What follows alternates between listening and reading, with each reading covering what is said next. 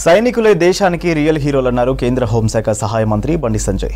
కరీంనగర్ జిల్లా కొత్తపల్లి మండలం రేకుర్తిలో జరిగిన Delhi defence academy freshers day వేడుకలకు ముఖ్య అతిథిగా హాజరయ్యారు సంజయ్. రాజకీయ లబ్ధి కోసం విపక్ష పార్టీల నేతలు అగ్నిపథ్ స్కీమ్ విషయంలో యువకులను రెచ్చగొట్టడం సరికాదన్నారు. సాహసోపేత నిర్ణయాలకు కేర్ ఆఫ్ అడ్రస్ ప్రధాని మోదీ అంటూ ప్రశంసించారు. యువకులు ఆర్మీ, నేవీ, ఎయిర్ ఫోర్స్ వంటి ఉద్యోగాల కోసం డిఫెన్స్ రంగాన్ని ఎంచుకోవడంపై అభినందనీయమన్నారు బండి సంజయ్.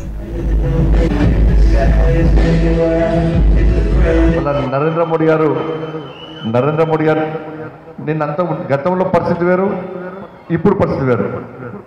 ఎందుకంటే పాపం రేపు నేవీలో కానీ, ఆర్మీలో కానీ, ఎయిర్ ఫోర్స్లో కానీ పోతే ఇప్పుడు మనమందరం ఇక్కడ పండుగలు పబ్బాలు చేసుకుంటాం.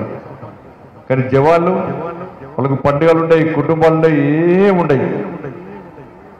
కానీ వాళ్ళు నిరంతరం ఈ దేశ రక్షణ కోసం, ఈ దేశాన్ని కాపాడడం కోసం సరిహద్దులో కాపాడేటువంటి గొప్ప వ్యక్తులు ఆ వీర జవాన్లు. నాకు చాలామంది కలుస్తుంటారు, గతంలో వేరు ఇప్పుడు వేరు,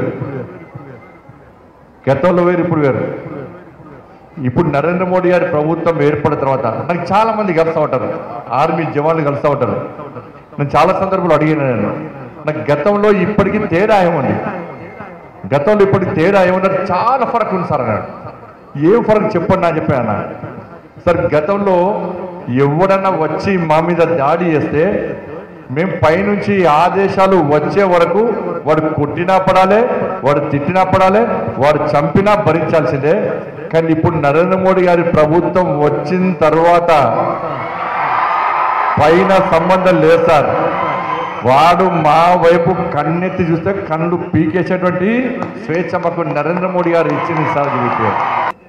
ఇవాళ దేశవ్యాప్తంగా కూడా ఎక్కువ సంఖ్యలో నేను జవాన్ కావాలని చెప్పి చాలామంది యూత్ లోపల వస్తుందంటే అక్కడున్న వాళ్ళు అనేక విషయాలు, వాళ్ళు పడుతున్న ఇబ్బందులు, వాళ్ళ యొక్క త్యాగాలు, వాళ్ళు దేశం కోసం కష్టపడుతున్నటువంటి తీరు చూసి, వాళ్ళు చెప్తున్న విధానం చూసి ఈరోజు ఈ దేశంలో మేము తప్పకుండా ఆర్మీలకు పోవాలని చెప్పి చాలామంది కలుగుతున్నారు. అందుకే ఎప్పుడు కూడా గుర్తుంచుకున్నాను, వాళ్ళు వీళ్ళు రెచ్చగొడితే ఎప్పుడు రెచ్చిపోతే మన జీవితాలు ఖరాబ్ చేసుకోవద్దు. ఇప్పుడు అగ్నిపథ్